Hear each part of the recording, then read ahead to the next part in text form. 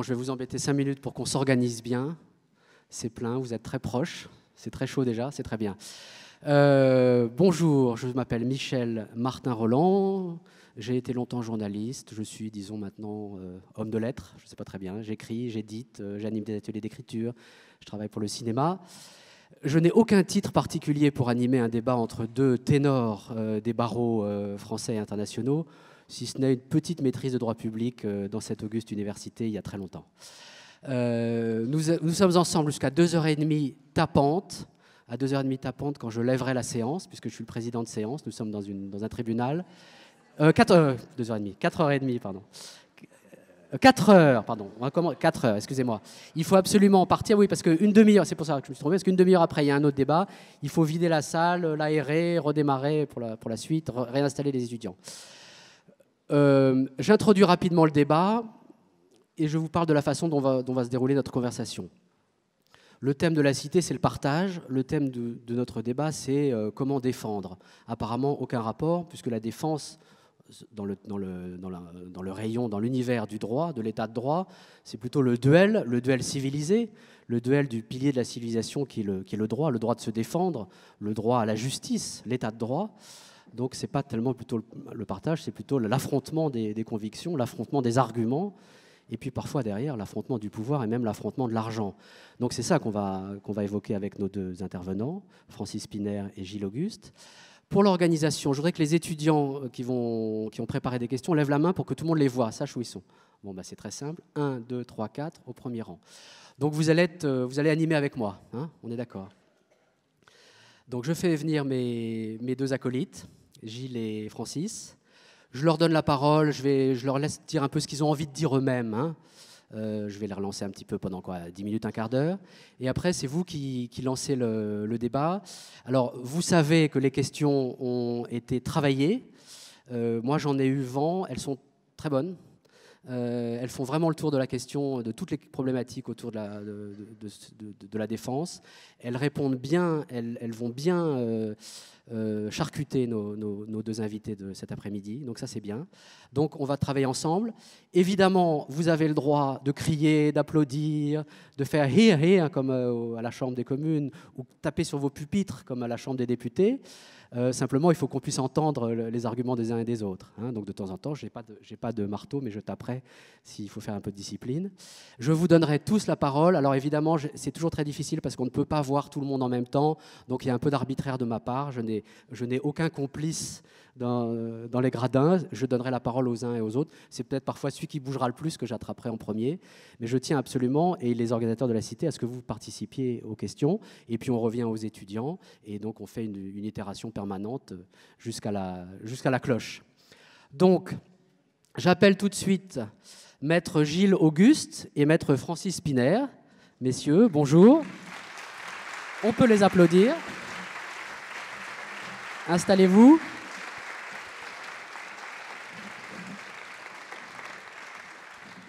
Alors, vous voyez, on parle avec un micro près de soi. Si jamais le micro n'est pas bien, que vous n'entendez pas, vous nous criez micro, hein, parce qu'on est là pour vous, pour que vous entendiez bien. Donc, au moindre souci, vous nous rappelez à l'ordre. Je voulais commencer par ma gauche, avec un avocat de droite. C'est bien, non ? Maître Spinner. C'est pas vrai d'ailleurs, parce que vous êtes avocat de toutes les causes. Vous avez défendu beaucoup de responsables politiques de tous bords, et même, j'allais dire, de tout pays et de tout régime démocratique ou pas démocratique. J'ai expliqué avant que vous arriviez que le partage et la défense étaient des concepts assez contradictoires, en tout cas qui ne se recouvrent pas de façon évidente. C'est quoi la défense pour vous, si vous deviez le résumer d'emblée avec le micro ? Si vous me permettez, je crois que la défense, c'est une notion qui est à la fois naturelle et qui est totalement étrangère à une société. Elle est totalement naturelle parce que si vous regardez dans l'Antiquité la plus lointaine, l'idée de justice est présente. Quand je dis la justice, je veux dire l'institution judiciaire. Je partage tout à fait le point de vue de Casamayor qui disait « Tout le drame du débat sur la justice vient qu'on a donné à une administration le nom d'une vertu ». Mais la justice est toujours au cœur de la préoccupation. Et quand vous regardez l'Exode, et notamment les commandements, Dans les commandements, alors qu'on parle de Dieu, alors qu'on parle de la famille, tout de suite, parmi les commandements, il y a celui-ci, tu ne feras pas de faux témoignages.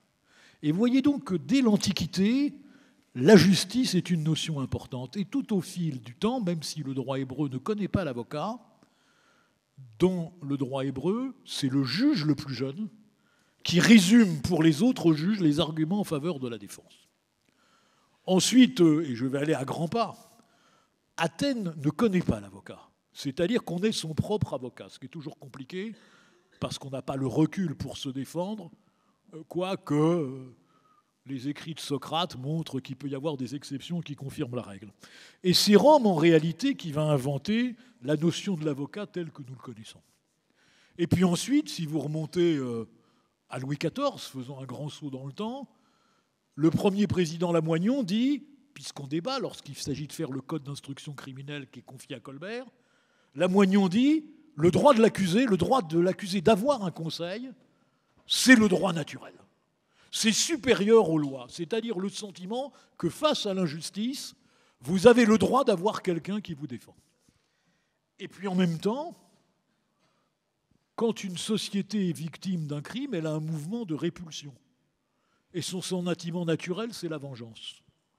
Et face à ce sentiment naturel de la vengeance, comment c'est conciliable qu'une société donne des droits à quelqu'un qui défend celui qui a violé ses droits et qui finalement lui rappelle qu'il y a le respect des règles. Et si vous regardez, pour aller encore plus vite, en réalité, une grande démocratie, c'est une démocratie où il y a un barreau fort. Et dans les pays totalitaires, il n'y a pas de barreau fort et il n'y a pas de défense, parce que justement, intrinsèquement, la défense est liée à la démocratie. Et ce principe de défense, c'est un principe universel que vous retrouvez à la fois dans le bloc de constitutionnalité français, mais vous le retrouvez dans la Convention européenne, vous le retrouvez dans le Pacte civil de New York, vous le retrouvez dans tous les textes internationaux. L'idée qu'on ait le droit à un avocat, c'est effectivement une idée universelle. Mais je dirais par provocation, ce n'est pas naturel d'avoir un avocat. Quand vous avez quelqu'un qui a tué un enfant après l'avoir violé, le réflexe naturel, ce n'est pas d'écouter celui qui dit « attention, il est présumé innocent, attention, peut-être que l'affaire est prescrite, attention, il y a des règles de droit à respecter ». Et toutes les questions qui ont été préparées par les étudiants vont tourner autour de cette problématique de la défense. La défense n'est pas un jeu. Je suis toujours agacé quand on compare l'avocat à un homme de théâtre. La défense, c'est à la fois un droit nécessaire à chacun et c'est en même temps ce qui est l'humanité d'une société. Parce que quel est le rôle de l'avocat ? Je parle de l'avocat, bien entendu, dans les affaires criminelles, étant entendu que l'avocat défend les affaires, dans les affaires matrimoniales, dans le monde des affaires, que la défense, ça n'est pas seulement la défense de l'accusé, mais c'est celle qui interroge le plus la société. On trouve normal que quelqu'un, pour gagner de l'argent, ait un avocat. On trouve normal que dans un contrat commercial, les deux parties aient un avocat. Le criminel qui a quelqu'un qui va se battre pour lui, on trouve ça moins anormal. Mais finalement, au fond de la défense, philosophiquement, qu'est-ce que ça veut dire pour une société d'accepter la présence d'un avocat ? Ça veut dire que celui qui est accusé du crime, la société le reconnaît encore comme un des siens, puisqu'elle lui donne le moyen, par l'intermédiaire de l'avocat, de le réintégrer dans la société une fois sa peine purgée. Donc c'est une marque profonde d'humanité. Et c'est une certaine idée de civilisation. De même qu'il y a des sociétés qui n'acceptent pas la peine de mort, il y a d'autres qui en acceptent. Il y a celles qui acceptent la défense et celles qui ne l'acceptent pas. Et il va de soi enfin, et j'en aurai terminé sur cette longue introduction, que l'avocat est un baromètre de la santé de la démocratie. C'est facile d'aimer l'avocat quand tout va bien.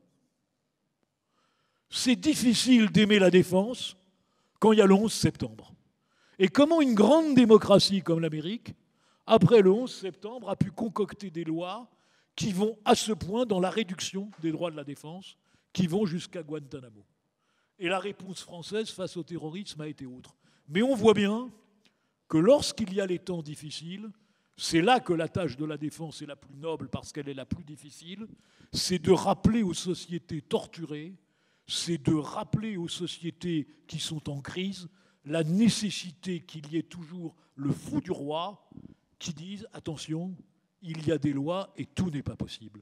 Et j'ai toujours considéré que le métier d'avocat, c'est d'être le garde-fou des passions collectives qui peuvent tourner à l'hystérie et au lynchage et qui ne sont jamais l'honneur de l'humanité. Bravo. Si je vous ai bien compris, si on ne peut pas défendre l'indéfendable, à ce moment-là, on ne défend plus rien et on n'est plus dans l'état de droit. Mais qu'en est-il de l'avocat qui va défendre un truand et qui va être rémunéré par l'argent du truand, qui est l'argent de la drogue ou du crime organisé? Qu'en est-il de l'avocat qui va défendre un dictateur et dont les émoluments seront de l'argent qui aura été pillé sur les deniers publics? Y a-t-il un problème moral qui se pose pour vous à ce moment-là? J'ai défendu un dictateur d'un pays producteur de diamants, mais malheureusement, quand je l'ai défendu, il était en prison, il n'avait plus accès aux diamants. Donc, votre question devient pour moi une question un peu théorique. En revanche, quand j'ai défendu Bokassa devant la cour d'assises de Bangui, et qui risquait la peine de mort, ça a été pour l'opinion centrafricaine une formidable leçon d'histoire. Et dans un pays de tradition orale, reconstituer l'histoire du pays par un procès retransmis en direct à la radio et à la télévision a été une œuvre formidable et une antidote, je crois, aux dictatures futures. Et je pense que l'avocat, d'abord, il y a la défense d'un principe. J'ai vu que c'était une des questions qui était posée. Est-ce qu'on doit aimer quelqu'un pour le défendre? Non. J'allais dire surtout pas. L'avocat ne juge pas son client. Si l'avocat juge son client, il cesse d'être avocat. Mais quand vous défendez, quand j'ai défendu Bokassa, d'abord je me battais contre la peine de mort pour sauver la tête de quelqu'un. Et deuxièmement, il n'y a pas de gens indéfendables. Après, la valeur des arguments que vous donnez, les explications que vous fournissez emportent ou n'emportent pas la conviction du juge. C'est autre chose. Mais la notion de quelqu'un d'indéfendable, même dans le pire des dossiers, on trouvera toujours quelque chose. En ce qui concerne les honoraires, pour l'instant, nous ne sommes pas sous le régime américain où on nous demande de vérifier la provenance des honoraires. Ce que nous devons faire, c'est nous assurer que l'honoraire n'est pas le produit du crime. Alors je prends deux cas. Le chef d'entreprise qui, pour une affaire personnelle, vous demande de le défendre et fait un chèque société. S'il n'a pas un compte courant ou un prêt, c'est un abus de bien social, vous ne pouvez pas l'ignorer, c'est un recel et il ne faut pas prendre. Et deuxièmement, c'est arrivé une fois à un de mes confrères, il défendait quelqu'un qui était accusé d'un rapt, ce dont l'intéressé se défendait d'ailleurs très vigoureusement, et les amis n'avaient rien trouvé de mieux que de lui donner des honoraires qui étaient des billets marqués de la rançon. Donc il a dû les refuser et les faire parvenir anonymement au parquet général. Merci beaucoup. Vous pouvez garder le micro. Maître Gilles Auguste, je vous présente quand même rapidement. Vous avez un pied en France, un pied outre-Atlantique. Vous êtes donc un avocat d'affaires international, mais vous vivez à Paris, je crois. Le siège de votre cabinet est parisien. Dans le droit des affaires, est-ce que tout le monde est défendable? Est-ce que vous avez la même philosophie de la défense, humaniste, j'allais dire, de Francis Szpiner? J'espère que j'ai la même philosophie humaniste que celle de Francis Szpiner. Mais bon, j'ai la lourde tâche d'abord de succéder en prenant la parole à mon confrère Szpiner, qui est un orateur hors pair, mais aussi de représenter un métier qui est largement ignoré. J'ai passé une partie de ma jeunesse à être confronté à des gens qui me demandaient comment je pouvais défendre des assassins d'enfants. Et j'étais malheureusement dans l'obligation de leur dire que j'en avais jamais rencontré. Et donc c'était forcément plus difficile. Alors le problème est de savoir ce qu'on entend par défense. Parce qu'on vient de parler de la défense d'une défense. En fait, de la défense dans le crime de sang, de la défense dans le droit commun, de la défense dans le droit pénal, dans son expression la plus stricte. En fait, défendre, c'est représenter. Représenter les intérêts d'une partie contre une autre, éventuellement, contre la société, possiblement, contre l'administration, contre toute forme de puissance qui a besoin d'être arbitrée par le droit. Et vous parliez des États-Unis. Les États-Unis sont le pays de l'avocat. Il y a un peu plus d'1 million d'avocats aux États-Unis. Alors certes, les membres des services juridiques sont comptés comme des avocats pour des raisons techniques, mais néanmoins, ça fait beaucoup d'avocats. On a tous aussi entendu, avec surprise, pour les Français, l'idée que quelqu'un qui pouvait venir chez vous, qui était d'ailleurs votre ami, pouvait se casser la jambe sur le porche de votre maison, éventuellement, et ensuite vous faire un procès. Et on s'est tous demandé pourquoi. D'abord parce que faire un procès, c'est quelque chose d'agressif. Et pourquoi il avait besoin d'un avocat pour se représenter par rapport à vous. Et là, on touche à quelque chose qui est un problème d'organisation de la société, et d'ailleurs de la profonde mutation qu'a subie la société française quand elle a été confrontée à l'Europe et puis à ce qu'on appelle la mondialisation, c'est-à-dire à d'autres systèmes, à d'autres valeurs et surtout à un autre type d'arbitrage social. L'arbitrage social en France a été pendant extrêmement longtemps, il l'est encore à bien des égards, peut-être trop, assuré par l'État. L'État, en fait, se trouve là comme arbitre. Et dans le fond, vous n'avez pas besoin d'être représenté par rapport à l'État, puisque l'État, c'est vous. Donc ça ne pose pas de questions, ça ne pose pas de problème. Nous sommes couverts par un régime de sécurité sociale très efficace, qui fait que si nous sommes malades ou si nous sommes blessés, si nous nous sommes cassés la jambe, par exemple, le coût va être relativement faible et nous n'aurons pas besoin de nous retourner contre une assurance privée de quelqu'un d'autre. Il existe donc d'autres systèmes dans lesquels on a besoin d'être représenté à tout instant, puisqu'à tout instant, quand on est confronté aux autres, quand on est confronté aux intérêts des autres, que ce soit des intérêts commerciaux, que ce soit des intérêts dans le cadre d'une faute, d'un dommage, on a besoin d'en recourir aux avocats et à la justice. Et là, on touche à une profession qui est différente, qui est celle qui consiste à représenter les commerçants face à d'autres commerçants, qui est celle qui consiste à représenter une industrie face à l'administration, peut-être pour aller lui demander de modifier la loi ou pour participer à l'élaboration de la loi.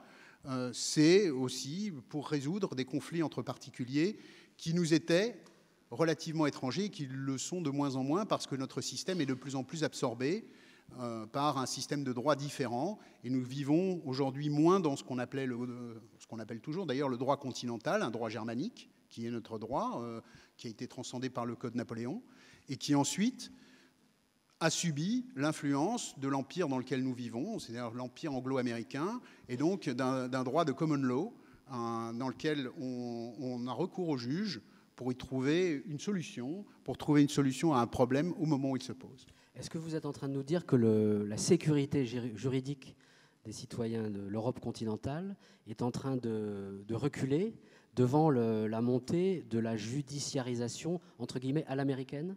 Alors je ne suis pas sûr qu'elle recule parce que je ne suis pas sûr qu'elle avance non plus. Il s'agit de deux systèmes différents qui aboutissent théoriquement à la même chose, c'est-à-dire à la fameuse justice, la fameuse vertu que nous n'avons jamais rencontrée. À laquelle nous aspirons tous. On y aspire tous, mais je pense qu'il n'y a pas un avocat qui a vraiment confiance dans la justice de son pays.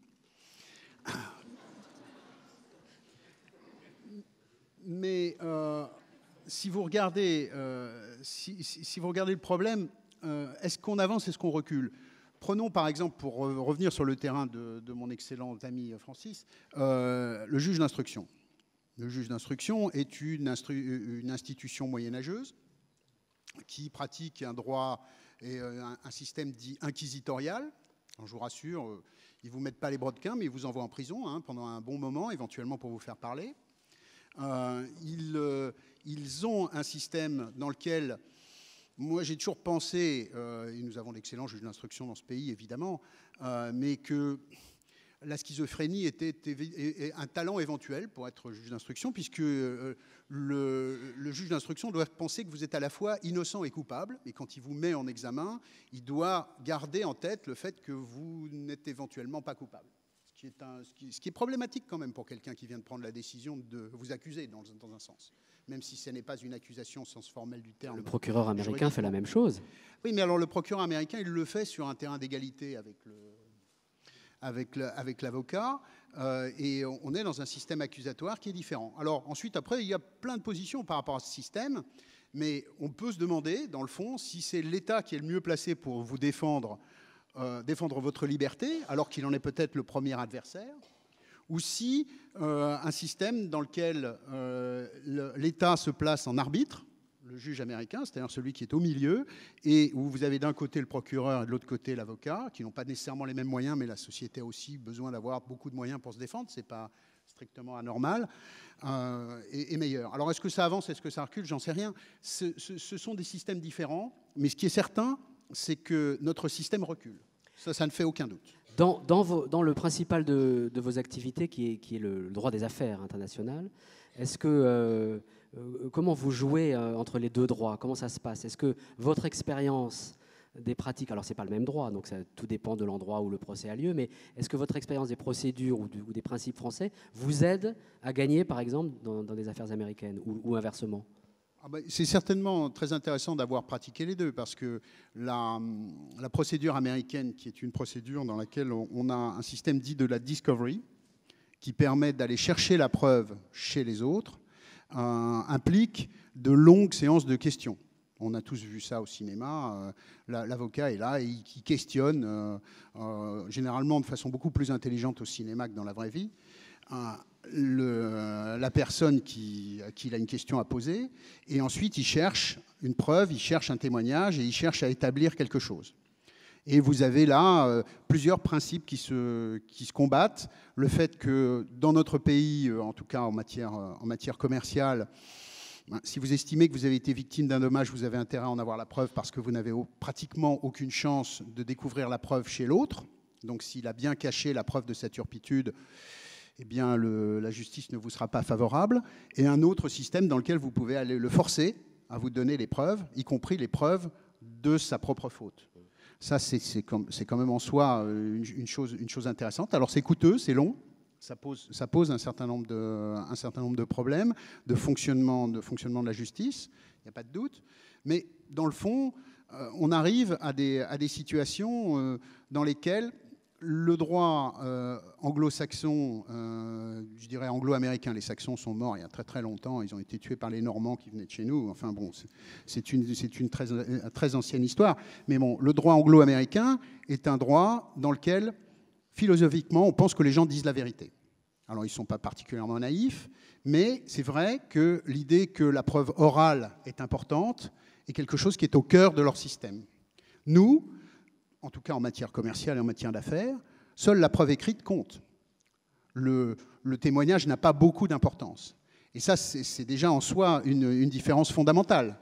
Il est intéressant de constater que dans le droit américain, c'était la dernière anecdote, je ne veux pas être trop long, il y a une exception où vous avez un système de preuves très très complexe parce que évidemment les témoignages ne peuvent être que des témoignages directs, on évite ce qu'on appelle le oui-dire, en anglais le hearsay, mais néanmoins on peut avoir des exceptions, en particulier quand le témoin direct n'est plus là. Et vous avez une exception qui est ce qu'on appelle la déclaration du mourant, la dying declaration. Et donc, si quelqu'un, au moment où il va mourir, en ayant conscience du fait qu'il est en train de mourir, donc la déclaration doit commencer par « je meurs », dit « je meurs, c'est Antonio qui m'a tué », j'ai pris un nom italien, mais ça c'est juste pour des cultures cinématographiques, et à ce moment-là, la personne qui recueille cette déclaration peut non seulement témoigner du fait que la victime a dit ça, mais en témoignant, il témoigne de la vérité de ce fait, parce que, quelque part, dans la philosophie américaine, en tout cas, on estime qu'au moment où vous allez rencontrer votre créateur, vous n'allez pas mentir. Alors, je me suis longtemps demandé quelle serait l'application de ce système en Sicile ou dans des îles plus proches de nous, que je ne citerai pas pour ne choquer personne. Francis. Sur la défense, justement, les systèmes différents amènent les avocats à avoir des rapports très différents. Aux États-Unis, un accusé n'est pas tenu de participer à son procès. S'il participe à son procès, il est censé être témoin. Et donc, il doit prêter serment à ce moment-là de dire la vérité. L'avocat américain qui saurait que son client va nier être l'auteur d'un meurtre qu'il lui aurait avoué serait complice du parjure. l'avocat français, l'accusé a le droit de mentir. Et si le client vous a dit, maître, c'est bien moi qui ai tué Polo les yeux froids, mais comme il n'y a pas de preuve, je vais contester les faits, et si à la cour d'assises, il dit au président, monsieur le président, droit dans les yeux, je vous jure, je ne suis pas l'assassin, l'avocat français a le droit de ne rien dire. Je dirais même qu'il aurait le devoir de ne rien dire. Ce qui montre que nous avons un rapport très différent. Il y a une obsession dans la justice américaine de l'idée que le système repose sur la parole donnée. En France, nous sommes dans une quête de vérité, mais nous sommes latins. Je rappelle que le faux témoignage n'était puni en droit français que s'il était réitéré à l'audience. C'est-à-dire que le législateur avait intégré l'idée que finalement nous étions capables de mentir et que ça devenait grave que si vraiment on le réitérait à l'audience. Donc c'est deux problématiques complètement différentes, parce que dans un cas, vous avez un juge qui est arbitre entre l'accusation, il y aurait beaucoup à dire sur les différences de système, et ce sera un débat qui nous prendrait des heures sur les réformes de procédure pénale, mais le rapport à la vérité, qui est aussi une obsession française avec la religion de l'aveu, et il y a toujours la marque religieuse dans la justice. Ce que disait Gilles sur le témoin qui ne va pas mentir avant de passer devant son créateur montre que l'Amérique est un pays laïque et en même temps très religieux.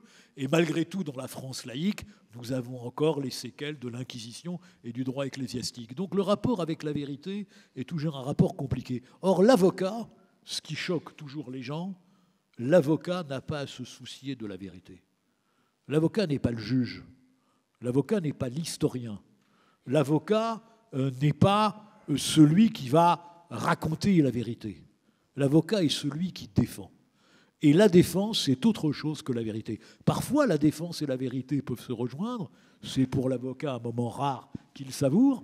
Mais, encore une fois, l'avocat est au service d'une cause et il défend. Merci beaucoup. Est-ce que je peux vous donner la parole aux étudiants qui ont planché, qui ont bien profité de ce cours de droit comparé? Il y a une chose, la grande différence entre la France et les États-Unis, quand on voit les ennuis judiciaires de Nixon avec le Watergate ou de Clinton avec le Monica Gate, c'est davantage sur le fait qu'ils aient menti que sur les forfaits qu'ils ont accomplis, qu'ils sont jugés et critiqués. C'est le parjure. Là, ça va plus loin, parce que dans le cas de Nixon et de Clinton, il faut voir que l'un des mythes fondateurs de la République américaine, nous avons tous des mythes fondateurs, je nous épargnerai les mythes fondateurs français, le mythe fondateur, l'un des mythes fondateurs de l'Amérique, c'est que le président ne ment pas. C'est George Washington qui l'a dit. George Washington a dit, et les enfants l'apprennent à l'école, « I shall never tell a lie ». Et donc, le jour où le président a menti, le jour où Nixon a franchi cette ligne, il était le premier, il a violé un tabou et ça a été très très grave. Le premier à se faire prendre. C'est ce qu'on allait reprendre tous. Merci beaucoup, Gilles. Alors, allez-y. Vous vous présentez, vous dites à quelle école vous appartenez, mais vous ne dites pas le sigle, vous dites vraiment l'école, parce que les sigles, on ne les connaît pas. D'accord. Donc, bonjour, je m'appelle Tiffaine Colliot, je suis élève avocate à l'école des barreaux de la Cour d'appel de Paris. J'avais une question qui s'adresse indistinctement à mes deux futurs illustres confrères. Donc, le prétoire est souvent perçu comme le dernier espace de liberté au sein de notre société. Comme vous le savez, l'article 41 d'une loi de 81 dispose que ne donneront lieu à aucune action en diffamation, injure ou outrage les discours prononcés ou les écrits produits devant les tribunaux. Et j'aurais aimé savoir... Le micro. Et j'aurais aimé savoir si, néanmoins, au service d'une bonne plaidoirie, peut-on, si on peut aller aussi loin que la défense des intérêts de nos clients? Puisque là, je suis un vrai praticien, je vais vous expliquer pourquoi. D'abord, l'affirmation que vous avez donnée est fausse. Pourquoi? Parce que l'immunité de parole n'est pas absolue. En réalité, l'avocat peut dire n'importe quoi. D'ailleurs, beaucoup de nos confrères ne s'en privent pas. Mais la limite, c'est qu'il faut que les propos qu'ils tiennent soient en rapport avec la défense. Et donc, si un magistrat estimait que les propos tenus sont étrangers à la défense, il doit le faire acter, c'est ce qu'on appelle la réserve, au plumitif d'audience en disant Maître Spinner a dit que ça n'a rien à voir avec la défense, on fait acter, et à ce moment-là, une fois que le tribunal a jugé que les propos étaient étrangers à la défense, vous pouvez faire l'objet de poursuites disciplinaires. Dans le temps, c'est le tribunal qui était jugé parti. Il disait ce que vous dites n'a rien à voir, donc c'est un outrage, on vous condamne. Ensuite, Robert Badinter a fait en sorte que le juge qui constate ne soit pas le juge qui juge, et c'est pour ça que cette procédure a été modifiée. Alors après, puisque nous sommes entre nous, je connais une de mes consoeurs qui jouit de ce qu'on appelle de l'impunité qu'on accorde aux fous. C'est-à-dire, on sait qu'elle dit n'importe quoi. Elle arrive, elle dit les policiers de la DST sont des fascistes. Je ne la citerai pas, donc son anonymat sera préservé. Mon mari, Carlos, est un mec formidable. Et donc, vous êtes tous des voyous, il a été enlevé. Et on n'y fait pas attention, alors que si c'est Gilles qui disait ça, on dirait maître. Donc, la liberté de parole, oui, il y a cette tradition de liberté. Après, quelle est l'efficacité ? On rentre dans les débats, procès de rupture, pas procès de rupture, procès de connivence, et enjeu des procès. Il y a des procès où on sait très bien que l'enjeu ne sera plus judiciaire. C'est-à-dire que quand vous défendez quelqu'un dont vous savez à l'avance que le sort est fixé, vous plaidez pour autre chose. Et c'est évidemment, je pense, au procès politique. Ceux qui ont défendu des résistants se doutaient bien que les juges nommés par Vichy n'allaient pas rendre le droit. Au moment de la guerre d'Algérie, les procès étaient prétexte à faire avancer la cause algérienne, alors que les condamnations à mort pleuvaient. Donc à ce moment-là, on est dans un rapport de force, et le procès est un des éléments du rapport de force. Mais la liberté de parole ne s'use que si l'on s'en sert, et parfois, il faut rappeler au juge un certain nombre de choses. Je pense Solacaro, qui avait traité le président de la cour d'assises, Vakong, de président de junte birmane, et qui lui avait dit « retirez-vous ».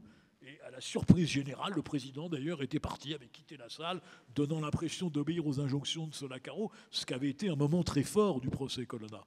Donc voilà, on a une immunité, on l'utilise à plus ou moins bon escient, et encore une fois, c'est une question d'enjeu du procès.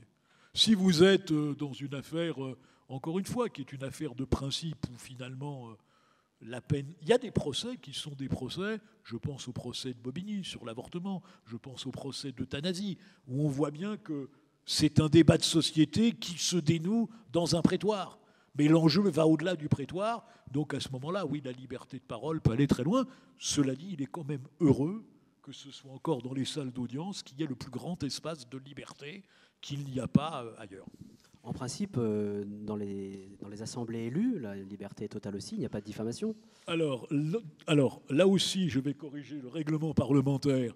C'est les paroles prononcées à la Chambre ne peuvent pas donner lieu à, si ce n'est malgré tout que le bureau de l'Assemblée nationale peut prononcer la censure et même des sanctions financières contre les parlementaires qui seraient en faute, ce qui est d'ailleurs aussi compliqué parce que c'est la majorité qui juge souvent la minorité. Non mais vous posez une question qui est de savoir jusqu'où on peut aller dans la défense du client.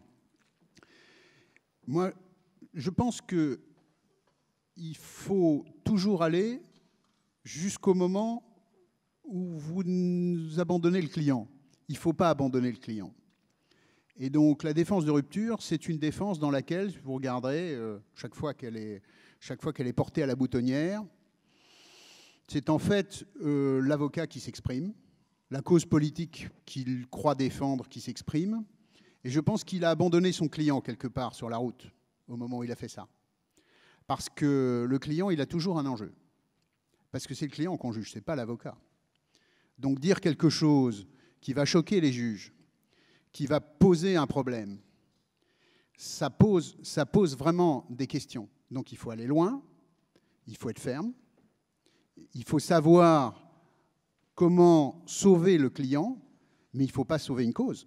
C'est le client qu'il faut sauver.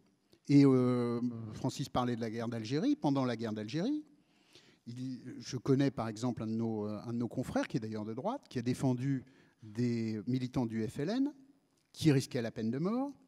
Et pratiquement tous ses clients ont échappé à la peine de mort parce qu'il était un bon processualiste, parce qu'il n'affrontait pas le tribunal directement en plaidant une cause qui, de toute façon, ne passait pas la barre, et qu'il se contentait d'essayer de bloquer la procédure jusqu'au moment où, et c'est souvent le cas en politique, les choses changent, et les gens qui ont été condamnés à la prison finissent par être libérés, et par contre, quand ils ont été exécutés, c'est plus dur. Donc, il y a vraiment... La défense de rupture, c'est souvent au bénéfice de l'avocat, c'est souvent pour la lumière de l'avocat face à la caméra, et l'avocat, il ne doit jamais oublier son client. Jamais, jamais, jamais, jamais. Donc, au moment où on va trop loin, on va souvent trop loin au détriment du client. Vous êtes satisfaite de ces deux réponses? D'autres questions? Mademoiselle. Oui, bonjour messieurs. Donc, Sophie Guébillot, élève avocat à l'école du barreau de Versailles. Ma question s'adresse à vous deux, une question générale. Qui peut peut-être ouvrir aussi un peu le débat. Qu'est-ce pour vous les critères, qu'est-ce que seraient pour vous les critères d'une bonne défense? Vaste sujet. Bon, on va les énumérer, chacun son tour, par petit bout. Qu'est-ce qu'on n'a pas encore dit? Allez-y. En fait, moi, il n'y en a qu'un. Ça, c'est un effet de manche. Hein. Il n'y en a qu'un. C'est le travail. Il faut travailler. Vous prenez votre dossier, vous travaillez.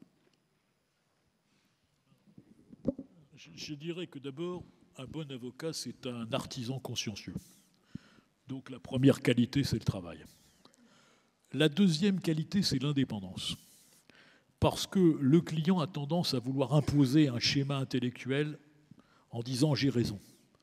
Et il faut avoir l'indépendance d'esprit pour dire « c'est pas ça votre affaire ». Et enfin, c'est le courage. Parce que sans courage, il n'y a pas d'avocat. Je pense qu'il y a des moments où l'arrogance du juge est terrible. Vous savez, un jour, le directeur de l'école de la magistrature m'avait envoyé en stage une élève magistrat. Car les magistrats peuvent faire des stages dans les cabinets d'avocats. Et elle m'a dit, qu'est-ce qui vous choque le plus chez les juges? Et je lui ai dit, ce qui me choque le plus, c'est que ça fait maintenant très longtemps que je suis avocat. Je peux compter sur les doigts de la main les juges qui s'excusent lorsqu'ils arrivent en retard. Elle me dit, mais je ne vois pas quelle est la gravité. Mais je dis, c'est ça le problème, c'est que vous ne le voyez pas. C'est-à-dire que dans n'importe quel autre secteur de la société, quelqu'un qui arrive en retard s'excuse de son retard. Les seuls qui ne le font jamais, c'est les juges, parce qu'ils sont dans le sentiment de toute puissance au-dessus. Et quand ce sentiment de toute puissance vous amène à oublier les règles de la courtoisie les plus élémentaires, vous voyez le chemin qui est nécessaire pour ramener le juge vers soi. Et parfois, ça peut se faire gentiment, poliment, courtoisement, et parfois, ça peut être plus brutal. Et un avocat qui n'aurait pas du courage ne serait pas un vrai avocat, et donc ne pourrait pas faire de bonne défense. Est-ce que les juges américains sont plus ponctuels que les juges continentaux, français? Oui, ils sont très ponctuels. La réponse vous convient? Oui, tout à fait, merci. Bon. Micro? Ah oui. Micro. Merci. Autre question? Oui, bonjour, Maître Auguste, Maître Spinner. Je m'appelle Bruno Vell, je suis étudiant, je suis élève avocat au barreau de Paris. J'ai une question qui est basée sur une affaire plus particulière de Maître Spinner, mais elle est une réflexion qui pourrait être commune. Alors tout d'abord, c'est avec une émotion un peu particulière que je prends la parole aujourd'hui, puisque quand j'étais plus jeune, beaucoup de mes amis voulaient devenir footballeurs, et quand on me posait la question « qu'est-ce que tu veux faire plus tard ?», je disais « je veux être Maître Spinner ». Donc, et Maître Auguste. Voilà, après cette petite politesse. Il a encore un petit peu de temps devant lui. Hein. Exactement. Voilà, vous êtes intervenu, Maître Spinner, dans des dossiers très très divers, aussi bien politiques que criminels. On pense, vous l'avez rappelé, l'affaire Bokassa, vous avez été le conseil de M. Juppé, vous êtes intervenu dans l'affaire Baudis, et tant d'autres, je ne vais pas les rappeler. Mais c'est sur un client plus particulièrement que j'aimerais revenir aujourd'hui. Très récemment, vous avez été le conseil de Karim Achoui, un de vos anciens confrères. Et cette situation plutôt singulière m'a inspiré une question particulière, c'est-à-dire, est-ce que vous pensez qu'en tant qu'avocat, il est possible de prendre la défense, d'être le conseil d'un ancien confrère ou même d'un confrère, et ne voyez-vous pas ici une sorte de conflit d'intérêts, même si effectivement toute personne a le droit à un avocat? Est-ce que l'un ou l'autre veut bien rappeler les éléments de cette affaire? Je vais rappeler. Voilà. Vous voulez dire qu'un avocat ne peut pas avoir d'avocat? Quand j'ai défendu Karim Achoui, je suis désolé, je vais me citer, j'ai commencé ma plaidoirie ainsi. Il n'y a pas de plus grand honneur pour un avocat que d'avoir à défendre un avocat. Vous pouvez simplement rappeler de quoi il Sauf répondait? peut-être l'honneur de défendre un magistrat. Et la présidente de la cour d'assises a cette évocation à Blémy. Karim Achoui était un de nos confrères inscrit au barreau de Paris, qui était l'avocat de Antonio Ferrara, spécialiste de l'évasion, et qui va s'évader de Fresnes d'une manière assez exceptionnelle. Et il sera accusé d'avoir aidé à l'évasion. La première cour d'assises le condamnera à 7 ans de prison, et la cour d'assises d'appel l'acquittera fort justement. Et c'est pour moi un dossier emblématique parce que quand vous défendez un avocat, accusé d'avoir trahi son serment et d'avoir profité de sa fonction pour permettre un crime, vous défendez notre profession. Et c'était d'autant plus important qu'à cette époque, il y avait le débat sur l'avocat en garde à vue. Et que beaucoup de policiers disaient « Ah, si vous mettez l'avocat en garde à vue, ils vont saboter les enquêtes, ils vont parler, etc. » Et si on avait pu brandir le scalp d'un avocat condamné pour complicité, on aurait dit « Regardez, les privilèges dont bénéficient les avocats en maison d'arrêt ou en garde à vue, c'est une entrave à la justice. » Voilà pourquoi c'était une affaire particulièrement importante pour notre profession. Et voilà pourquoi il fallait que Karim Achoui soit acquitté, d'abord parce qu'il était innocent, ce qui est une raison suffisante, mais qui malheureusement, par les temps qui courent, n'est pas toujours suffisante, et que c'était pour nous important. Et évidemment, la difficulté, c'est que la défense n'apparaît pas aux yeux des jurés comme une défense corporatiste. C'est-à-dire que l'avocat ne réclame pas plus de droits parce qu'il est avocat, mais c'est expliquer aux jurés la spécificité de notre métier. C'était en quelque sorte les cités de la réussite avant l'heure. Qu'est-ce que défendre? Et donc il faut expliquer ce qu'est un avocat en prison. Pourquoi un avocat va en prison? Quelle est l'interprétation? Quel est notre métier? Parce qu'à un moment donné, l'avocat général disait « Mais vous l'avez prévenu qu'il allait être interrogé », ce qui vous montre à quel point on était dans le scandale. On l'a prévenu qu'il allait être interrogé, ce qui est quand même la moindre des choses, plutôt que le type soit extrait comme ça, comme un malheureux à 6 h du matin, jeté dans la souricière. Donc, oui, il n'y a pas de conflit d'intérêts. Il y a une défense, au contraire, qui est plus difficile, parce qu'il faut que les jurés comprennent que ça n'est pas une défense corporatiste, et que l'avocat n'a pas plus de droits, mais que l'avocat n'a pas moins de droits. Et c'est pour ça que j'avais fait ce rappel au début, en disant défendre un avocat et défendre un magistrat pour expliquer aux magistrats aussi que demain, ils peuvent être en position d'avoir besoin d'un avocat. Moi, j'ai été l'avocat de 4 magistrats et j'ai toujours été stupéfait de voir comment le juge, lorsqu'il était confronté à l'institution judiciaire, trouvait que ça n'allait pas et que c'était formidablement injuste. Un commentaire, Gilles. Oh, juste un commentaire. Je vous citerai un vieux proverbe en usage aux États-Unis, mais qui est très efficace ici aussi et qui répondra à la question de savoir si un avocat a besoin d'avoir un avocat. Le proverbe va ainsi, je le traduis, il dit que celui qui est son propre avocat a un naïf pour client. Je vous remercie. Est-ce que la réponse vous satisfait? Une autre question?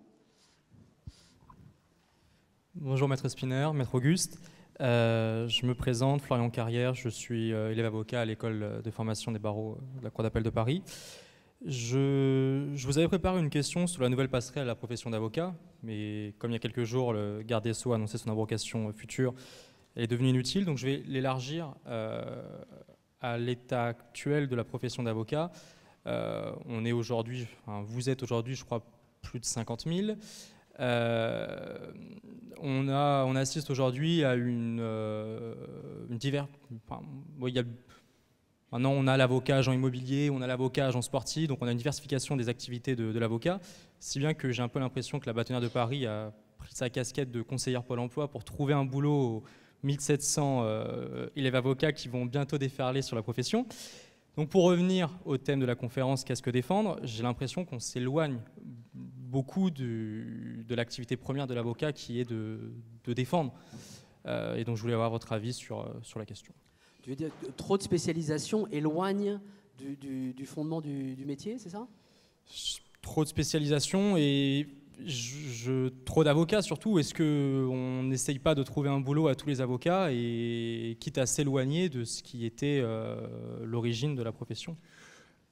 Moi, je pense que tout ça est un faux débat. Je pense que Mme Taubira a tort de modifier cette nouvelle disposition. Je pense qu'une profession gagne à s'ouvrir et non pas à se fermer.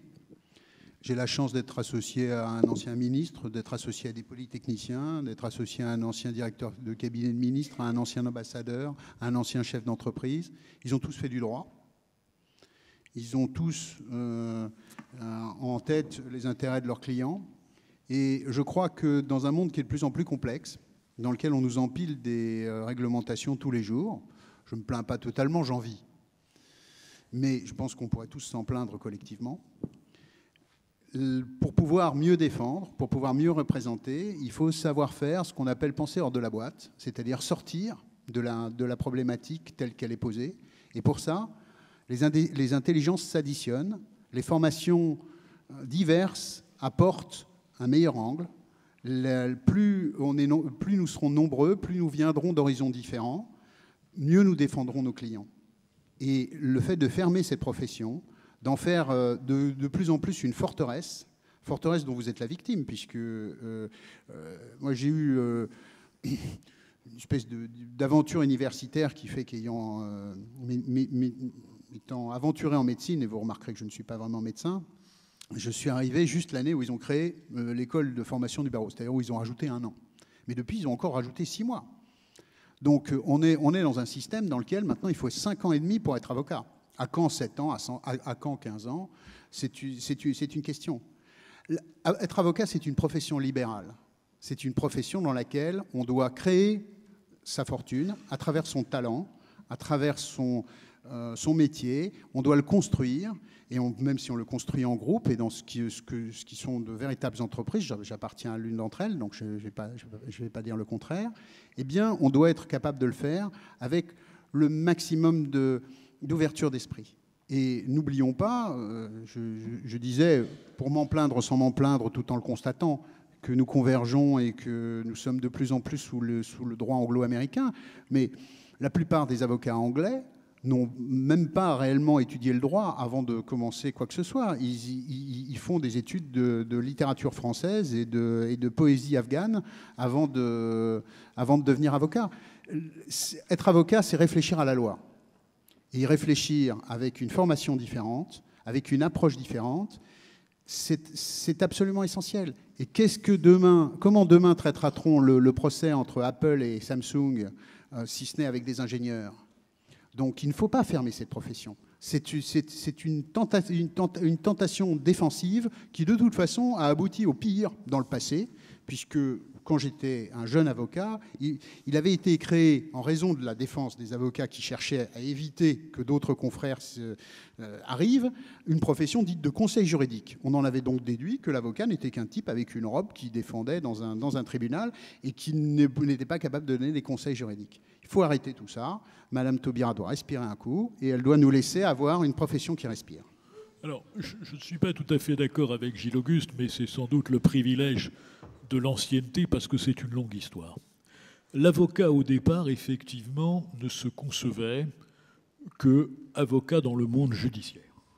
Et donc, il était avec une déontologie très stricte, et si je me rappelle mes cours de déontologie, se rendre dans une entreprise, c'est-à-dire ne pas recevoir le client à son cabinet, était quelque chose d'une audace folle.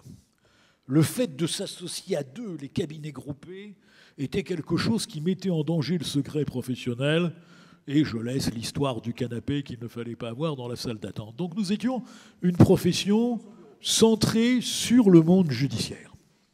Et parce que nous étions centrés sur le monde judiciaire et que la nature a horreur du vide, deux professions ont surgi, les conseils juridiques, qui faisaient des contrats, qui maniaient de l'argent, qui s'occupaient d'affaires, et puis les experts comptables, qui faisaient certes du chiffre, mais parfois du droit, et pour tout dire, mieux que les avocats. Et ça a duré pendant des années comme ça, chacun se regardant en chien de faïence et ayant le sentiment que, effectivement, ça marchait plutôt bien. Et puis, il y a des avocats qui, à un moment donné, ont dit « cette division du droit est absurde, elle est absurde, et moi, avocat judiciaire, pourquoi je ne pourrais pas donner des conseils ?»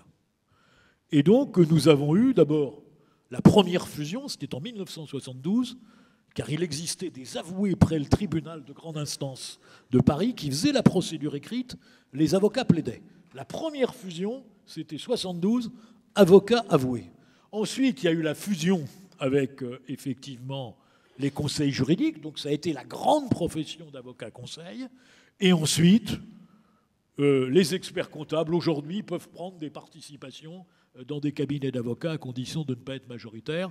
Et nous avons étendu le champ.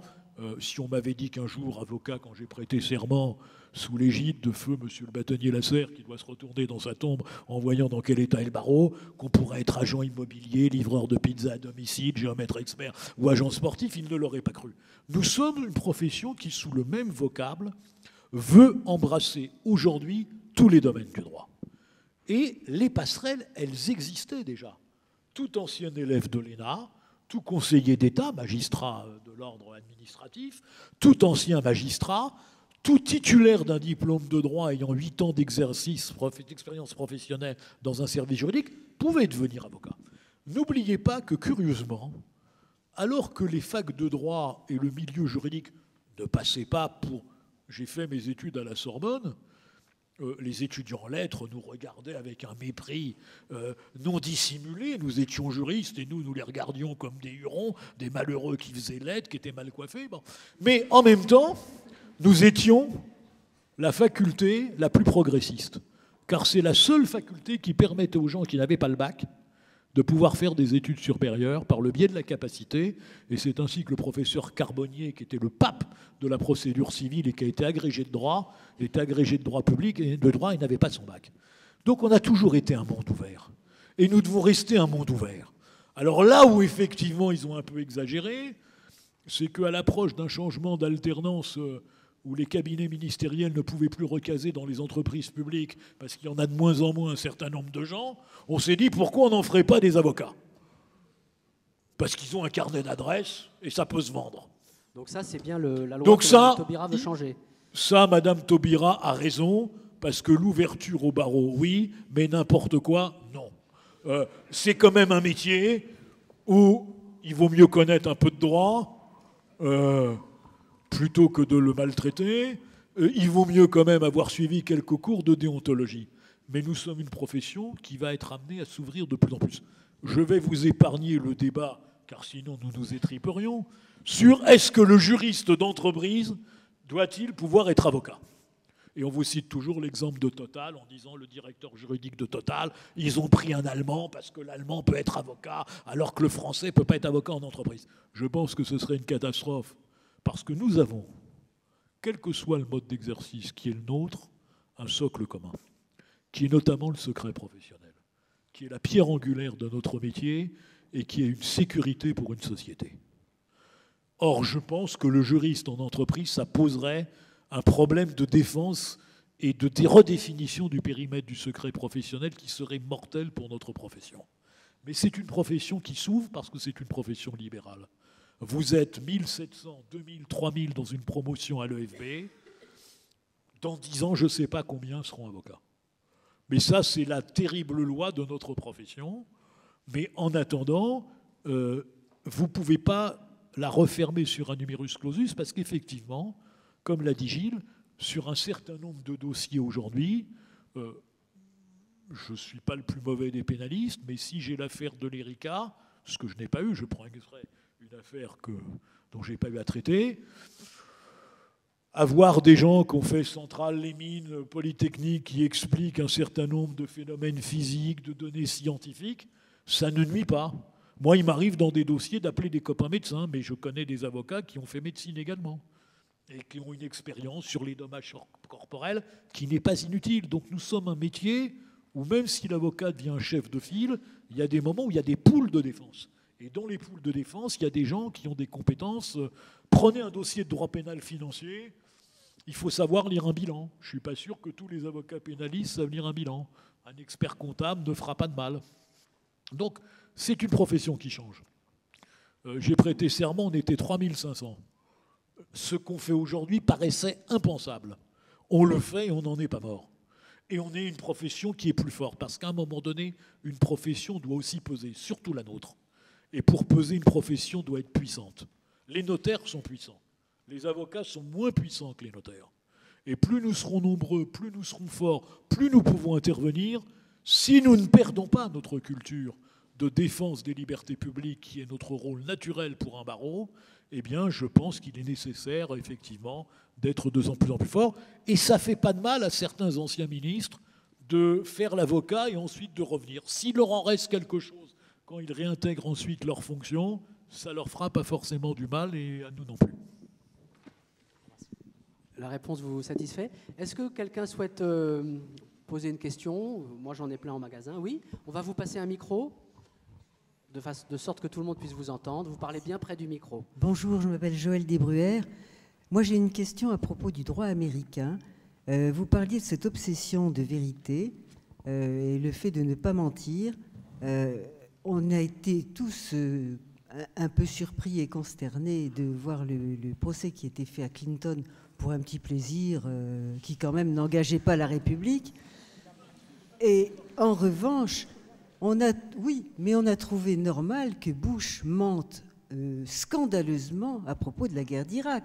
Non seulement on l'a trouvé normal, mais en plus on l'a réélu. Cet homme qui n'avait pas été élu démocratiquement, mais nommé par la Cour suprême, se permettait de mentir en disant et en faisant agiter cette petite fiole à l'ONU dont tout le monde se souvient. Et il s'est permis de mentir d'une façon éhontée et il n'y a eu aucune sanction d'aucune nature, y compris sanction politique. Alors je m'interroge quand même sur un post-scriptum sur les couloirs de la mort aussi, qui me paraissent quand même pas le comble de la démocratie. L'un et l'autre. Réponse, je pense, pour bien catégoriser. Je ne peux pas vous répondre, madame, parce que vous avez posé le problème du droit constitutionnel américain sur l'élection des présidents par les grands électeurs et la validation par la Cour suprême des résultats de Floride, sur le problème de l'intervention en Irak et du mensonge par rapport aux résolutions de l'ONU, ce qui est un beau sujet de droit international public, et enfin sur le fait qu'un peuple est capable d'élire un dirigeant qui lui a menti, ce qui nous renvoie à ce que disait Winston Churchill, le suffrage universel a tous les droits, y compris le droit à l'ingratitude, disait-il, puisqu'après avoir gagné la guerre, il avait été remercié. Donc voilà, je dis simplement que dans l'affaire Clinton, ce n'est pas les ébats qu'il a pu avoir avec sa stagiaire qui était en cause. C'était le fait qu'il avait menti dans le cadre d'une procédure et qu'on considérait qu'il y avait le parjure. Cela dit, il n'y a pas eu de procès, il n'y a pas eu d'impeachment. Excusez-moi, maître, mais vous vous en sortez par une pirouette, parce que le fond du problème... Ah non, mais madame, je peux vous en parler pendant 3 heures, mais je pense que la guerre en Irak est un sujet très vaste. Non, je ne le système des... Non. Aux États-Unis, madame, attendez, vous pouvez être élu président des États-Unis avec moins de voix que votre adversaire. Avec 4. Non, oui, c'est dérisoire. Mais c'est pas ça. Attendez, juste pour ramasser la question. Est-ce que, à votre connaissance, ou je m'adresse aussi à vous qui connaissez bien l'actualité judiciaire ou politique américaine, est-ce qu'il y a eu des procédures engagées contre les, j'ouvre les guillemets, mensonges du président Bush à propos des armes de destruction massive en Irak, par exemple? Non, aucune procédure n'a été engagée.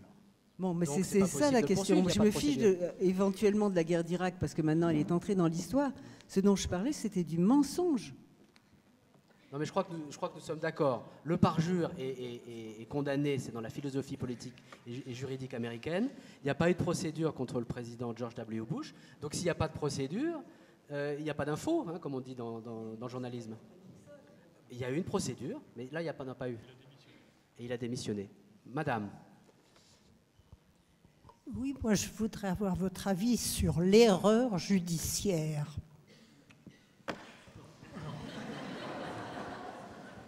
C'est dramatique.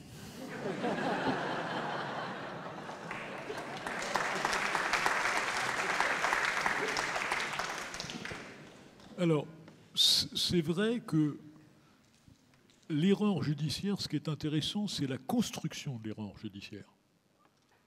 Comment on peut arriver à l'erreur judiciaire? Et ça, c'est la difficulté du juge. Nous avons tous des préjugés, tous. Et le préjugé, lorsqu'on examine un dossier, le juge doit être l'ennemi de lui-même. Comme nous tous, nous devons apprendre à penser contre ce que nous pensons. Si nous n'y arrivons pas, nous sommes dans la force de l'habitude et dans le préjugé. Et donc l'erreur judiciaire, elle commence quand on ne respecte pas le principe. Le principe, c'est que d'abord qu'un homme arrêté est présumé innocent. Le principe, c'est que quand quelqu'un dit quelque chose, on prend la peine de vérifier. C'est-à-dire que la parole de l'accusé, parce qu'il est accusé, n'est pas une parole qui ne vaut rien. Elle doit être prise en compte. Et à la limite d'ailleurs, souvent, l'erreur judiciaire, elle peut être aussi dans l'autre sens. C'est le coupable acquitté. Souvent, le juge qui ne ferme pas les portes, c'est-à-dire qui ne fait pas toutes les vérifications, c'est ce qui ouvre la voie à l'erreur judiciaire, c'est-à-dire l'absence d'exigence dans la recherche de la preuve.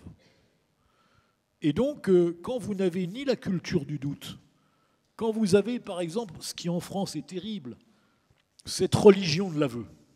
Alors maintenant, je ne suis pas sûr que la réforme de la garde à vue apporte des bouleversements spectaculaires. Parce qu'il y a toujours des pauvres types qui n'auront pas d'avocat en garde à vue, il y a toujours des avocats en garde à vue qui ne feront pas le travail. Mais quand on voit, c'est l'exemple type, le type qui avoue un crime, et puis on fait l'expertise ADN, on voit que ce n'est pas lui. S'il n'y avait pas l'ADN, qu'est-ce qui serait passé? On l'aurait renvoyé direct aux assises, on leur dit « Monsieur, vous avez avoué ». On dit « Mais je me suis rétracté ». Oui, on connaît les policiers, les machins, on l'a déjà entendu. C'est vrai que les violences policières, ça existe moins souvent que les avocats ne le disent. Mais ça existe plus souvent que les policiers l'admettent. Et donc, il faut toujours avoir cette recherche. Aucune justice ne peut être à l'abri de l'erreur judiciaire, puisque par définition, la justice est humaine et donc faillible. Le juge a le droit de se tromper. C'est pas facile à accepter comme idée, mais le juge a le droit de se tromper. Mais ce qui est inadmissible, c'est quand le juge se trompe parce qu'il ne respecte pas les règles minimum qui devraient l'amener à avoir une conviction honnête. C'est quand on a ce qu'on appelle les condamnations au bénéfice du doute. Il n'y a pas de fumée sans feu, en gros. Donc s'il est là, allez, hop. Donc voilà, donc quand on ne respecte pas les règles les plus élémentaires, on peut favoriser l'erreur judiciaire. Plus le préjugé, mais au fond de nous, quand nous nous interrogeons, nous en avons tous. Et donc, regarder un dossier sans préjugé, c'est déjà une première difficulté. Le problème du préjugé, vous aurez compris que je ne suis pas un ami forcément de l'institution du juge d'instruction. Et si on veut faire avancer la liberté dans cette salle, si je pouvais convaincre les personnes qui ne le sont pas encore du fait qu'il est dramatique qu'un magistrat soit à la fois un enquêteur et quelqu'un qui a le pouvoir de vous envoyer en prison, et non pas l'arbitre entre un accusateur et un défenseur, alors on aurait fait un progrès. Parce que ça, c'est une source d'erreur considérable. Parce qu'un enquêteur a forcément une conviction, il la suit forcément, et à un moment donné, il peut aller jusqu'au bout de l'erreur. On l'a vu dans l'affaire d'Outreau, par exemple, qui était très emblématique, mais il y en a bien d'autres. Mais pensez-vous qu'un dossier comme celui de l'attentat de Karachi serait toujours à l'examen s'il n'y avait pas un juge d'instruction pour le conduire? Il suffit d'avoir un procureur. Mais dans le cas de l'affaire de Karachi, c'est une vaste question. Parce que la question est de savoir si c'est le juge qui le conduit ou si c'est l'avocat des familles des victimes dont je partage la douleur, mais qui ne sont pas nécessairement reliées à l'affaire elle-même. C'est une autre question. Vous voyez la contradiction totale de Gilles Auguste, qui dit le juge d'instruction est affreux, les affaires menées par les parties c'est mieux, mais quand c'est Maurice qui mène l'enquête, c'est très mal, ce que j'approuve d'ailleurs, pour l'avoir pratiqué dans Maurice, je n'ai pas dit que c'était mal. J'ai dit dans l'attentat. Non, moi je reste partisan du juge d'instruction et je considère, contrairement à ce que dit Gilles, que nous avons allégé la toute-puissance du juge. Ce n'est plus le juge aujourd'hui qui, par exemple, place sous mandat de dépôt. Ce sont les JLD. Le problème, c'est l'absence de contrôle des chambres de l'instruction, qui n'exercent pas un contrôle suffisant sur les juges, parce que malheureusement, ils sont trop souvent composés de juges d'instruction. Mais je dirais que le juge d'instruction français, il a quand même des avantages. C'est que d'abord, il est profondément égalitaire. Vous pouvez être l'homme le plus pauvre de France quand vous déposez plainte avec constitution de partie civile. Vous avez toute la puissance de l'État à votre service. Vous n'avez pas à payer les experts et il n'y a pas un déséquilibre qui est dû à l'argent. Donc je reste attaché au système du juge d'instruction, surtout que nous vivons en France sous le régime de l'opportunité des poursuites et non pas de la légalité des poursuites, et que le meilleur correctif à l'inertie d'un pouvoir politique, c'est précisément la mise en mouvement de l'action publique par une des parties, avec un juge qui donne toute la puissance de l'État à celui qui va déposer plainte. Donc je crois que la situation, elle est terriblement complexe. Il suffit de voir les procédures dans lesquelles ce sont les parties qui sont censées faire les choses. En France, je pense notamment au divorce, c'est là où il y a le plus de faux témoignages, c'est là où il y a le plus de déséquilibre, et c'est là où la vérité est la plus éloignée de ce que le juge peut savoir. Donc moi, je reste partisan du juge d'instruction qui, je crois, est, malgré tout, le moins mauvais système, mais à condition que soient renforcés les droits de la défense et que les juges sortent de cette culture. C'est-à-dire qu'au-dessus du juge d'instruction, la chambre d'accusation devrait être arbitre, et elle ne joue pas ce rôle d'arbitre. Petit détail, quand on dépose plainte aux Dernier États-Unis, argument sur cette c'est querelle. le procureur qui poursuit. Ça donne. Il met toute la puissance de l'État. Non, ça donne un vrai scandale judiciaire. Alors je suis ravi que tu prennes cet exemple, parce qu'on va prendre l'affaire Nafissatou Diallo. C'est-à-dire que la victime est totalement tenue à l'écart de la procédure pénale, et que le procureur peut prendre une décision qui lui cause grief, puisqu'il décide de ne pas poursuivre. Et si nous avions été en France, et si M. Cyril Vance avait été juge d'instruction au lieu de procureur, il aurait dû rendre une ordonnance de non-lieu expliquant les raisons pour lesquelles il ne peut pas poursuivre M. Strauss-Kahn, mais Mme Nafissatou Diallo aurait pu interjeter appel et il y aurait pu avoir un débat devant la chambre de l'instruction, et le cas échéant, la chambre de l'instruction aurait pu donner tort à M. Cyrus Vance en expliquant qu'il y avait des charges suffisantes. Et ce système américain est tellement schizophrène, c'est que quelqu'un qui sera accusé de viol serait non poursuivi par le procureur, mais pourrait être condamné au civil. C'est-à-dire qu'un jury civil aurait dit « il est bien coupable puisque vous allez lui donner de l'argent » et on aurait un violeur en liberté, ce qui est une schizophrénie judiciaire à laquelle je ne saurais me résoudre, moi qui ai l'habitude d'assister à un certain nombre de victimes. Ce sont deux systèmes complètement différents. Je suis obligé de préciser pour l'Assemblée que, d'une part, en France, l'accusé, en l'occurrence Dominique Strauss-Kahn, n'aurait jamais su que Mme Nafissatou Diallo avait menti sur au moins une dizaine de points, y compris plusieurs viols collectifs qu'elle avait inventés purement et simplement. Et l'affaire ne se serait pas terminée aussi rapidement. Et ça, c'est quand même très important en matière de défense de la liberté, il faut quand même le dire.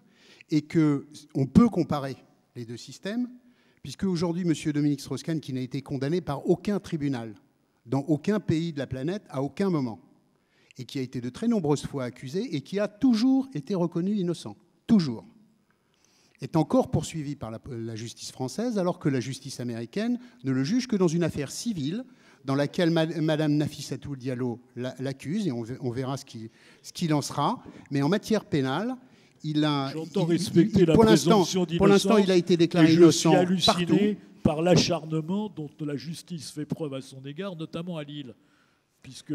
je pense qu'on va pas. Mais on ne parle pas de l'affaire Strauss-Kahn. On ne va pas débattre le procédé. Le système, je dis que le système américain a aussi ses vices, notamment le fait que la victime est tenue à l'écart de l'action publique. Or, l'action publique, elle est éminemment politique. Moi, j'ai été l'avocat des victimes du décédis du TA. À l'époque, M. Kadhafi était un mec formidable. Tout le monde aimait M. Kadhafi. On voulait vendre des Airbus, on voulait son pétrole, on l'adorait. Et quand j'ai déposé plainte pour complicité d'assassinat, le juge m'a suivi, la chambre de l'instruction m'a suivi, et la chambre criminelle de la Cour de cassation, qui porte bien son nom, a rendu un arrêt expliquant que, franchement, on ne pouvait pas le poursuivre. Ce qui ne tenait pas la route. Bon. Je ne suis pas persuadé qu'elle rendrait le même arrêt aujourd'hui. Mais on voit bien qu'il y a des moments où l'action publique, on ne peut pas faire confiance à un seul procureur, de surcroît aux États-Unis, procureur élu, et qui donc, comme tous les gens élus, doit être réélu pour certains. Voilà. Une question, monsieur, qui attend depuis un long moment. Oui, il y a quand même un grand absent, si j'ose dire, du débat, c'est le juge. Et moi, je suis frappé depuis quelque temps par deux choses. Premièrement, la justice est de plus en plus lente. Je ne sais pas comment on peut être avocat d'un justiciable qui doit attendre 6 ans pour des procès civils de moindre importance. Et deuxièmement, la justice intervient de plus en plus dans des domaines où le citoyen s'interroge sur sa légitimité. On va passer énormément de temps et de moyens à discuter de la possibilité d'incriminer quelqu'un pour avoir parlé d'un génocide qui a eu lieu il y a une 50aine d'années. Enfin, je ne sais pas si cet exemple est bon, mais ce que je veux dire, c'est qu'on demande aux juges de trancher des problèmes de société, alors que la justice aujourd'hui en France est dans l'incapacité de traiter de manière, je dirais, normale un justiciable qui demande simplement qu'on applique un droit dont vous-même vous signalez qui devient tellement complexe et détaillé que le justiciable n'est absolument plus en mesure de comprendre la façon dont il fonctionne. Donc, est-ce qu'on n'est pas devant une dérive technocratique? On a des millions d'avocats dans le monde et on n'a plus de juges. Et des juges qui comprennent de moins en moins les textes qu'ils sont censés appliquer. Il faut s'adresser, monsieur, aux législateurs qui votent les lois en question et qui créent des lois tous les jours, et peut-être lui demander de voter un budget dans lequel la justice aura plus de moyens. Parce que la justice, qui est un des devoirs essentiels de l'État, a un budget absolument ridicule. Les magistrats souffrent d'être absolument submergés de travail. La justice est encore plus longue que ce que vous disiez, monsieur, puisque il y a quelques mois, je croise un avocat qui avait récemment rejoint le cabinet auquel j'appartiens, et il me dit « Madame Martin a gagné son affaire ». Alors je lui dis « J'en suis heureux, je ne la connais pas ». Et il me dit « Oui, mais elle ne le saura jamais ». Alors je lui dis « Pourquoi ?» Il dit « Elle est morte la semaine dernière ». Je dis « Ah oui ». Et là, il me dit « Mais l'affaire durait depuis 14 ans ». Voilà. Donc ça, ce drame de la justice, il est le drame des moyens de la justice. Il est le drame du budget de la justice. Il est d'ailleurs le drame des prisons. Nous avons des prisons qui sont une honte pour notre pays. Une honte.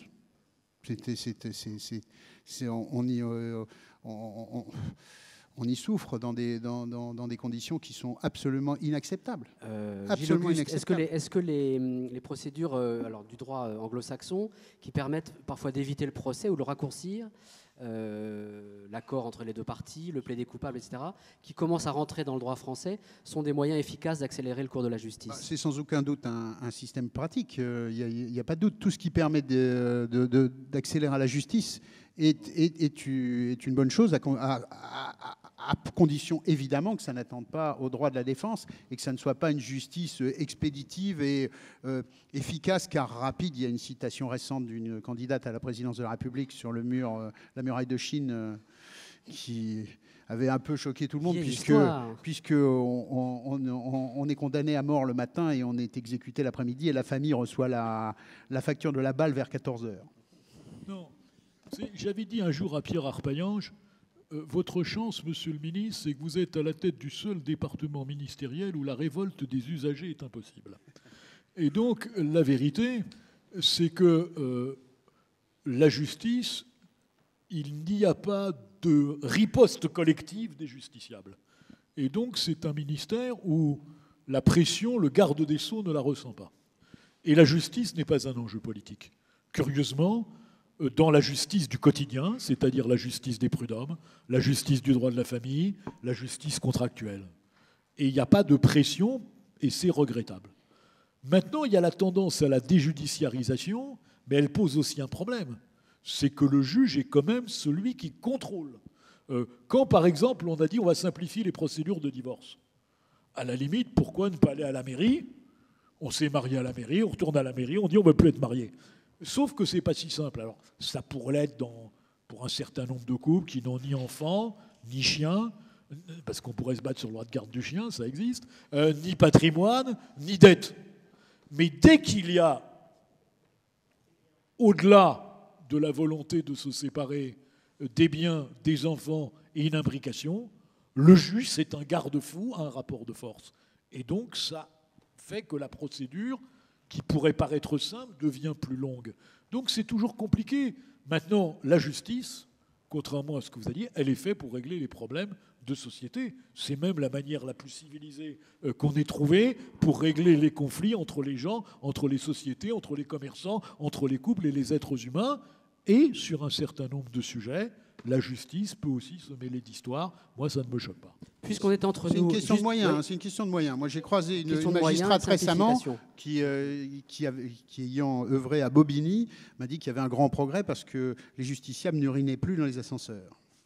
Est-ce que, puisqu'on est entre nous, vous allez nous dire, est-ce que parfois le rôle de l'avocat n'est pas de faire traîner les choses et donc d'accentuer la longueur des procédures? Ça peut être une stratégie, mais je ne crois pas que la lenteur de la justice s'explique par le fait que parfois on peut essayer de multiplier les défenses. Mais bon, tout dépend des enjeux. La réalité, c'est vraiment une question de moyens. C'est-à-dire que personne ne peut se rendre compte de la pauvreté de la justice. Les magistrats qui sont affectés à Paris, qui sont les meilleurs, qui sont les plus expérimentés, qui sont les plus hauts dans leur hiérarchie et dont les bureaux ne se trouvent pas loin d'ici, opèrent, si vous voulez, dans le volume de cette pièce, on doit mettre, je ne sais pas moi, 16 ou 32 bureaux de magistrats qui seront bourrés de dossiers jusqu'au plafond. Une bonne vingtaine. On va essayer de prendre des questions un peu plus rapides. Allez-y, jeune homme. Bonjour, Jean-Baptiste Rinkel. Je suis étudiant à Paris 2. Je souhaiterais revenir sur le début de la conférence et revenir un petit peu plus proche du thème de cette conférence. Et je souhaite demander à Maître Spinner, poser une question à Maître Spinner. Vous disiez tout à l'heure que pour défendre, le souci de l'avocat, ce n'est pas la vérité, c'est celle du juge. Dès lors, que reste-t-il de valeur, voire d'honneur à l'avocat lorsqu'il défend, si son principe directeur, ce n'est pas celui de la vérité? Le micro. Parce qu'il n'y a rien de pire que la confusion des rôles. Dans un procès, vous avez une société qui accuse. Et elle le fait avec toute sa puissance. Ses experts, ses policiers, ses psychologues. Et puis vous avez un accusé qui se défend. Il se défend comment? L'avocat n'est pas un magicien. Il ne fait pas zim-zalabim, il n'y a plus d'ADN, il n'y a plus de corps, il n'y a plus rien. Il prend un dossier. Et dans le dossier, son rôle n'est pas de dire « je vais dénoncer mon client » ou « je vais vous dire ce qui s'est passé ».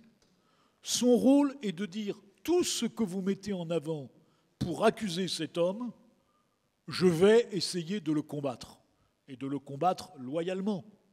C'est-à-dire que vous avez un tableau, l'accusation va l'éclairer d'une certaine manière, et vous allez dire « je l'éclaire différemment ».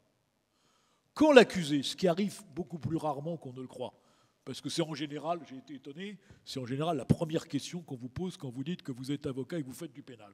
On vous dit comment vous faites pour défendre quelqu'un dont vous savez qu'il est coupable. Quand le client vous dit « bah oui, c'est moi », je vous dirais que cet aveu n'a pas d'importance. Cet aveu relève du secret professionnel. Il n'est dû que par les conditions de confiance et de statut qui est le vôtre. Vous recueillez une parole, mais cette parole n'a pas d'importance dans le rôle qui vous est assigné. Le rôle qui vous est assigné, c'est de dire « la société n'a pas le droit de se tromper quand elle accuse. Et les preuves qu'elle a rassemblées sont insuffisantes. » Et je dirais à la limite, si on prend le droit américain, l'accusé peut ne pas exister dans le procès, puisque l'accusation doit s'établir d'une manière objective. Donc ça n'a plus rien à voir avec la vérité ou avec l'honneur. L'honneur, c'est de défendre. Et c'est de dire, les preuves que vous avez rassemblées ne sont pas suffisantes. Et il importe peu ce que vous a dit le client. Ça, c'est le secret professionnel. Et donc, pour moi, ça ne pose pas de problème à ce stade-là. Ça peut poser un problème quand vous défendez un monstre absolu dont vous vous dites, s'il sort, là, il risque de récidiver et je serai celui qui aura permis à un type de recommencer. Et là, l'honneur de l'avocat, c'est de dire je prends ou je ne prends pas. Voilà. Mais encore une fois, il ne faut pas se tromper. La société a assigné des rôles et des devoirs à chacun. Et le devoir de l'avocat, c'est de défendre. Je ne sais pas si j'ai répondu à votre question. On va essayer de prendre très rapidement 2 questions. Monsieur et monsieur. Et après, à mon avis, il sera l'heure de lever l'audience. Donc, rapidement, je voulais aborder le point de l'égalité devant la justice, notamment dans le système anglo-américain, où on a souvent des images qui nous donnent l'impression que plus le client est fortuné, plus il a de chances de s'en sortir à son procès. Notamment quelqu'un de très fortuné contre quelqu'un de très défavorisé, il semble qu'il a plus de chances de le perdre. Est-ce que c'est une fausse image et qu'en est-il de l'égalité devant la justice d'un point de vue économique ? Vous savez, Coluche disait qu'il y en a pour qui ça sera très dur. Est-ce que vous croyez sincèrement que si vous n'avez pas de moyens pour assurer votre défense, vous êtes bien défendu en France? Si vous le croyez, alors à ce moment-là, le système français est meilleur. Je vous laisse... Maître Spinner, vous voulez dire quelque chose là-dessus? C'est très important. Je dis que statistiquement, dans les couloirs de la mort, aux États-Unis, il y a quand même plus de pauvres que de riches et plus de noirs que de blancs, mais Gilles Auguste dira que j'ai mauvais esprit. Je dirais que nous n'avons plus de couloir de la mort, mais que si on avait regardé dans les nôtres avant, je pense que ce genre de statistiques était parfaitement respecté. Tu te trompes. Monsieur? Oui, Jean-François Thébault, je suis médecin. J'ai une profonde admiration pour vous deux. Donc, ce n'est pas très provocateur ce que je vais vous dire. Mais néanmoins, vous nous avez fait des grandes envolées lyriques sur le droit de la défense. Et quand vous faites relaxer un coupable notoire, vous ou les confrères, sur une petite faute de procédure qui a été faite, est-ce que vous n'avez pas l'impression là d'avoir participé à une erreur judiciaire? Vous voyez, tout à l'heure, madame posait la question de l'erreur judiciaire. Et je disais, ce qui est important, c'est les principes.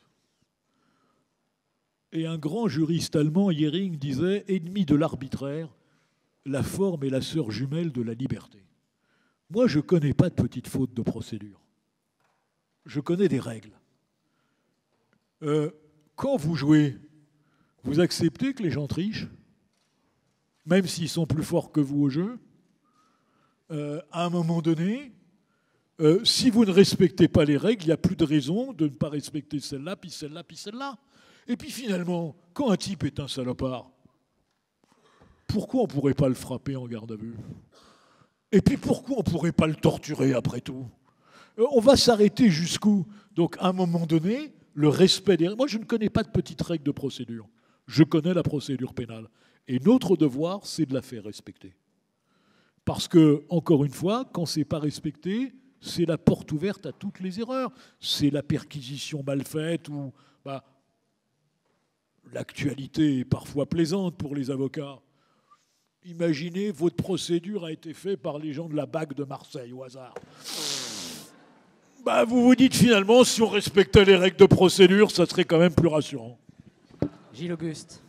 Je dirais que moi j'en reviendrai à la question de savoir ce qu'est défendre. Parce que moi, je vous disais au départ, défendre, c'est représenter. Francis a eu la chance de représenter un dictateur. Moi, j'ai eu la chance d'en poursuivre 3. Mais mais poursuivre. Mais quand je dis poursuivre, c'est quoi? C'est défendre les intérêts de mes clients, qui se trouvaient être des États, des républiques, qui cherchaient à récupérer l'argent qui avait disparu.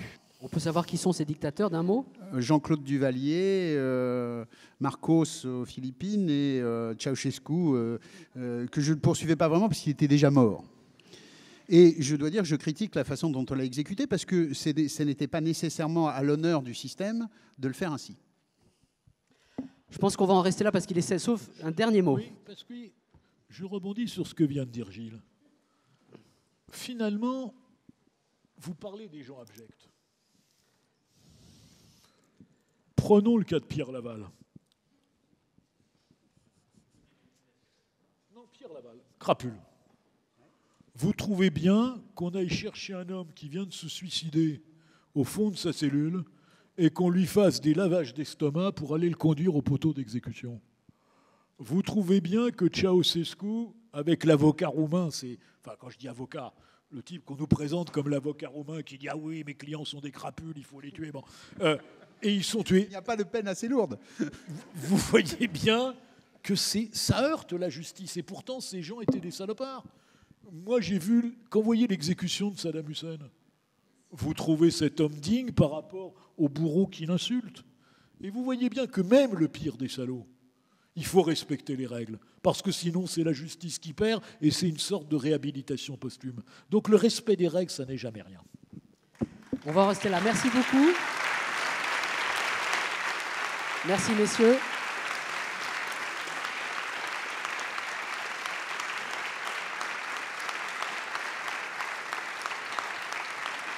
Merci aux étudiants pour vos questions. On peut sortir par là ? Je crois qu'il vaut mieux sortir par là. Si vous voulez avoir des consultations rapides, dépêchez-vous. Et bonne continuation pour la Cité.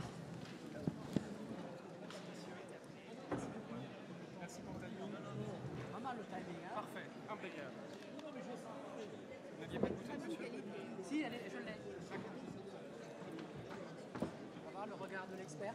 Très bonne qualité, vraiment bien. Si vous voulez un verre.